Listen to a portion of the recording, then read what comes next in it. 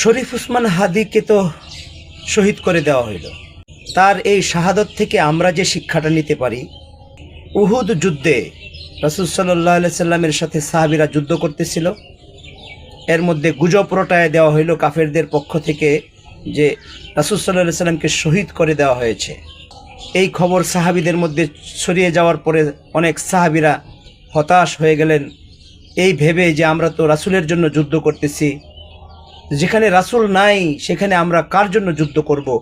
এই চিন্তা করে সাহাবীরা তরোয়াল হাত থেকে ফেলে দিয়ে হতাশ হয়ে বসে পড়লেন। এই হতাশাগ্রস্ত সাহাবীদের পাশ দিয়ে যাচ্ছিলেন হযরত আনাস ইবনে নাদার রাদিয়াল্লাহু তাআলা আনহু। উনি জিজ্ঞেস করলেন, তোমরা তরোয়াল ছেড়ে যুদ্ধ ছেড়ে বসে আছো কেন? তারা রাসূল সাল্লাল্লাহু আলাইহি সাল্লামের মৃত্যুর সংবাদের কথা বলল। তখনও পর্যন্ত আনাস ইবনে নাদার রাদিয়াল্লাহু তাআলা আনহু রাসূলের মৃত্যুর সংবাদটা যে ভুয়া এটা জানতেন না। উনি এই সংবাদ শোনার পরে উনি হতাশ না হয়ে উনি আরও উজ্জীবিত হলেন।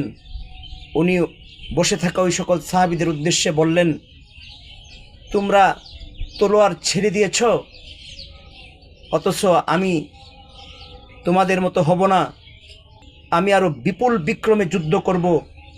কারণ রাসূল সাল্লাল্লাহু আলাইহি সাল্লাম যেই মিশন, যেই দিনকে বাস্তবায়ন করার জন্য আজকে এই উহুদের ময়দানে শাহাদত বরণ করেছে, আমি সেই মিশনকে চূড়ান্ত রূপ দেওয়ার জন্য আমি আমার শেষ রক্তবিন্দু থাকা পর্যন্ত যুদ্ধ চালিয়ে যাব।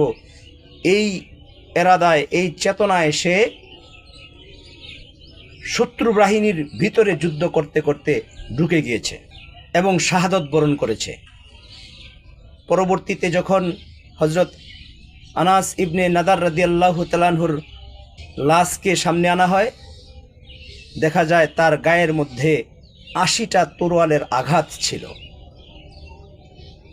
চিন্তা করেন, একটা মানুষকে হত্যা করার জন্য তো একটা তরোয়ারের আঘাতই যথেষ্ট ছিল। হয়তো প্রথম আঘাতেই এই সাহাবী ভূমিতে পড়ে যেতে পারতেন, কিন্তু এক আঘাতে উনি দমে যান নাই, সামনে গিয়ে গেছেন।